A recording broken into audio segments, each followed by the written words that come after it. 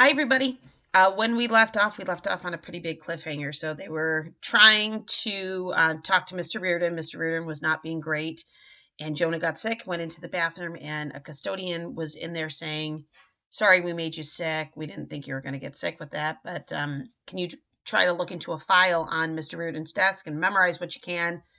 He didn't get a chance to do that. He was hoping Catherine could memorize it and was really kind of upset when he thought she didn't, when she suddenly announced she had taken pictures on the phone. So that's where we leave off, chapter 11. "You have to admit I'm a genius," Catherine said. "Shh," Jonah hissed. Mom and Dad were sitting right in front of them, talking in low, grim voices, their shoulders hunched over in defeat and dismay. "No, really," Catherine persisted. "After what I saw, the fact that my brain worked at all is amazing. And then to think of something like this—" "Can it, will you?" Jonah interrupted with the self-congratulations. "We'll have to talk later. Right now." Already Dad was turning around, putting his arm around Jonah's shoulder. "Jonah, I'm so sorry about all this," he said. "This is not how the government is supposed to work. That man has evidently forgotten that he's supposed to be a servant to the people and that the government is supposed to benefit us. Dad, I don't need a civics lesson, okay?" Jonah shrugged away his father's arm. "That Mr. Reardon needs one," Mom said. "Ooh, I can't remember the last time somebody made me so mad. The nerve, threatening us." Her voice shook, and she turned quickly to dab at her eyes. Jonah slipped into the car. He felt so strange already. The last thing he needed was to watch his parents having emotional breakdowns. Mom and Dad were getting into the front seat. Good, Jonah thought. Just drive away. You'll have to face forward for that. But Dad was not pushing the key into the ignition. He turned around in his seat and peered earnestly back at Jonah. "I promise you, Jonah," he said in a husky voice, "if you want us to, we will pursue this. This man has no right to imply that we would be punished for asking questions. You are an American citizen. He cannot take that away from you." "Just forget it," Jonah said harshly. He glanced over at Catherine on the seat beside him. She was holding out the cell phone. Names, Jonah thought. Maybe there's the name of a country. Maybe they're the names of men and women. Maybe they're my birth parents. "You're scared," Dad continued. "I understand. You shouldn't make any final decisions right now. Think about it. And Jonah," Mom began sniffling a little, "if you ever just want to talk, can we just do that some other time?" Jonah snapped. "Sure," Mom said quietly. A silence enveloped the car. Jonah saw Dad take one hand off the steering wheel and slip it into Mom's hand, but they didn't try to say anything else to Jonah. Dad pulled out of the parking lot and was quickly on the highway. The streetlights and the lights of passing trucks and cars flashed intermittently into the car. Jonah reached for the phone in Catherine's hand. When they'd first gotten the phone, he had spent about an hour taking pictures of wacky things, his big toe peeking out of his holey sneakers, the dust bunnies under his bed, a close-up of guinea pig's eyes. But he hadn't played with the camera much since then. It seemed to take him forever to navigate from menu to camera to snapped pics. The first picture he clicked on was just a blur. "Couldn't you have held it steady?" he whispered to Catherine. She took the phone away from him. "There," she said, and handed it back to him. The phone screen was so tiny it was hard to read anything, but Jonah could make out one line, a title at the top of a small list. The title wasn't birth parents or countries of origin. The title was Witnesses. Chapter 12. "Download it all," Jonah said. "Hurry." He and Catherine were at Chip's house because Chip's computer was in the basement, not right smack in the middle of the kitchen where anyone could see. Mom and Dad believed all those warnings about how kids should not have privacy online. Jonah and Catherine had brought the cell phone and a cable with them, and Catherine was convinced that as soon as they got the pictures on the computer screen, everything would be big and clear and easy to read. They were still trying to explain to Chip what they were about to show him. "Didn't this Reardon dude have a copier?" Chip asked. "Or a printer? Couldn't he have printed you an extra copy instead of making you take pictures?" No, Jonah said. "Mr. Reardon did not give this to us." "He wouldn't tell us squat," Catherine agreed. "The file of papers came from a ghost." "Wait, what?" Jonah and Chip both said almost exactly at the same time. Jonah glared at his sister and added, "So help me, Catherine, this is all weird enough without you. If you think it's funny to make stuff up or to make fun of me—" "I'm not making anything up," Catherine said, her eyes wide and innocent. "Honest, that's what I was trying to tell you before, why I was so scared. Didn't you wonder how that file suddenly ended up on Mr. Reardon's desk in the first place?" Jonah hadn't even thought to wonder that. There hadn't been time. "Was it one of the janitors?" he began. "Only if janitors have supernatural powers." "Catherine," Jonah complained. "Really?" Catherine said. "When you went off to throw up—" "Wait, you threw up?" Chip asked, intrigued. Too much Mountain Dew, Jonah said quickly, just to make it clear that it hadn't been from nerves or anything like that.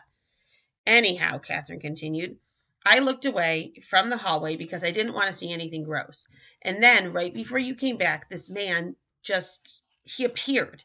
He was right beside Mr. Reardon's filing cabinet. He took out a file, put it on Mr. Reardon's desk, and then he vanished.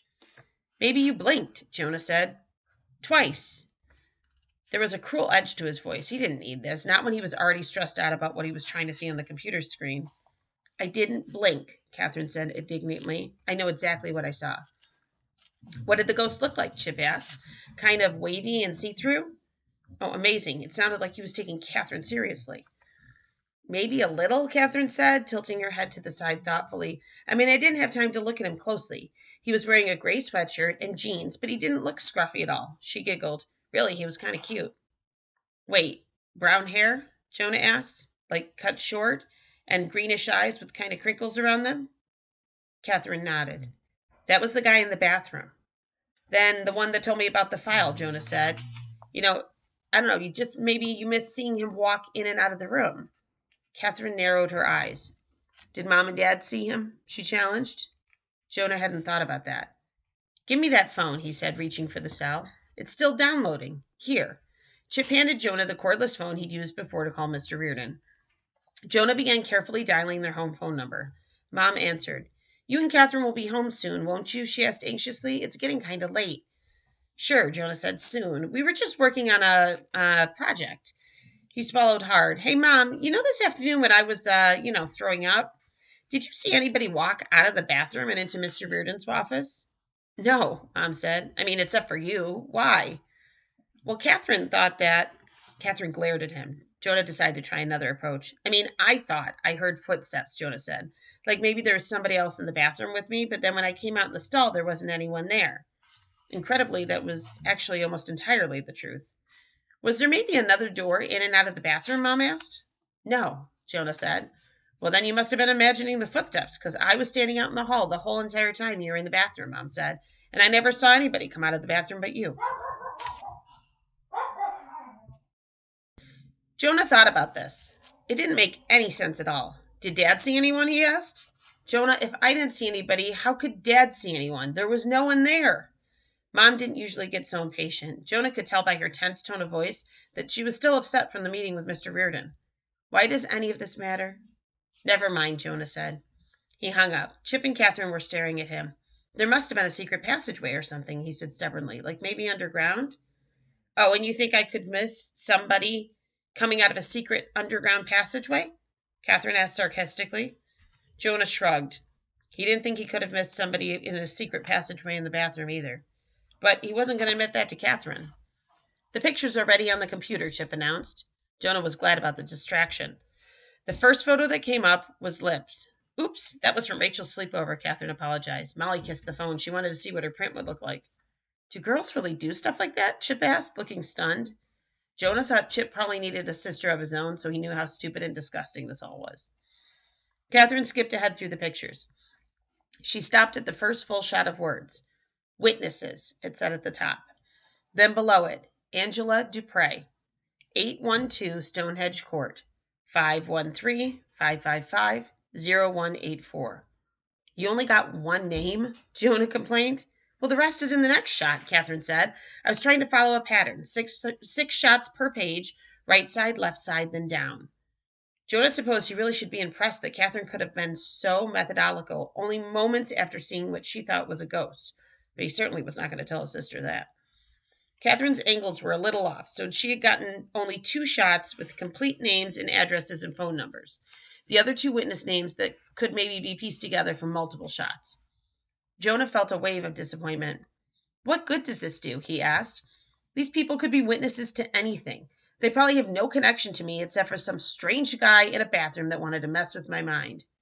No, Chip said. Take a look at this. Chip had sat down at the computer and was manipulating the images, piecing several photos together like a jigsaw puzzle.